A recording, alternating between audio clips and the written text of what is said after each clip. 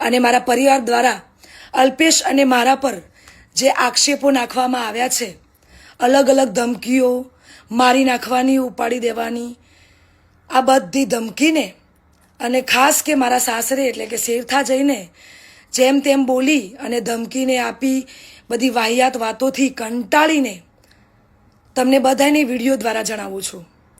અને કાજલ મહેરિયા અલ્પેશજી ઠાકોર સાથે પ્રેમ લગ્ન કર્યા છે, ત્યારે કાજલ મહેરિયાના પરિવારના લોકો કાજલ મહેરિયાની સાસરીમાં જઈ અલ્પેશજી ઠાકોર અને કાજલ મહેરિયાને ધમકી આપતા શું કહે છે, સમગ્ર ઘટના શું છે, તે આ વિડીયોમાં આપણે જોવાના છે. મિત્રો એટલે સુધી આ વિડીયો જોતો ચાલો જોઈએ વિડીયો. જય હિન્દ, જય ભીમ, જય વિયતમાં. હું લોકગાયક કાજલ મહેરિયા. ઘણા સમયથી ચર્ચાનો મુદ્દો જે વાત મારા પારિવારિક હતી, ઘરની વાત હતી, એટલે ઘરમાં જ રહે એવી ભાવનાથી તમારી સમક્ષ ક્યારે રજૂઆત નથી કરી, પરંતુ આજે હદનો છેડો પાર થઈ ગયો હોય એવું મને લાગે છે.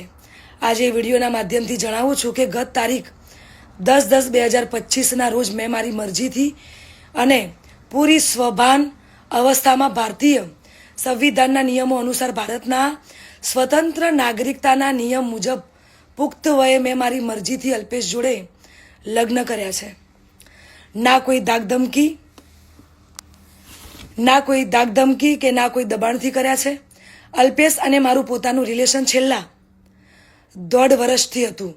આ વાતની જાણ મારા પરિવારને મેં કરેલી, પરંતુ એમની રાજીપો ના હોવાથી મેં મારી જાતે મારું ભવિષ્ય, મારી જિંદગી મહત્વપૂર્ણ નિર્ણયમાં મેં મારી જાતે લીધો છે. એ બાબતે મારો પહેલો ઘણો કે છેલ્લો ઘણો જવાબ આજ રહેશે અને આજ હશે. તો ખાસ જણાવું છું કે અમે બંને રાજી ખુશીથી રહીએ છીએ. હું મારી આ પર્સનલ વાતમાં ના કોઈ સમાજને કે ના કોઈ વડીલોને ગેરમાર્ગે દોરવા નથી માંગતી. એટલે હું સનાતન ધર્મમાં માનું છું અને સનાતન ધર્મ પ્રેમી જનતા પાસે સાથ અને સહકાર માગું છું. અને ખાસ એ વાત કે હું ધર્મ પરિવર્તન કરવા નહોતી માંગતી, એટલા માટે અત્યાર સુધી હું ચૂપ હતી.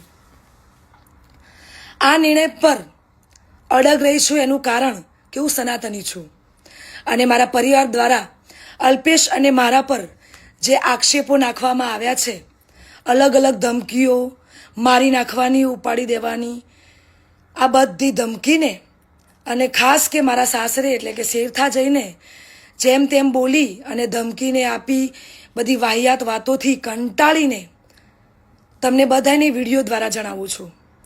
અને આજ પછી આવી કોઈ પણ ફાલતુ વાતોનો મારે જવાબ આપવો પડે એવું હું જરૂરી નથી માનતી. તો પ્લીઝ, આજ સુધી મેં લોકોનું અને મારા પરિવારનું જ વિચાર્યું છે, પણ હવે હું મારું વિચારીશ. આ ઉપરાંત કોઈ પણ ખરાબ કોમેન્ટ કે હેરાનગતિ પહોંચાડશે તો ભારતીય ન્યાયતંત્રની મદદથી કાયદેસરની કાર્યવાહી કરવામાં આવશે.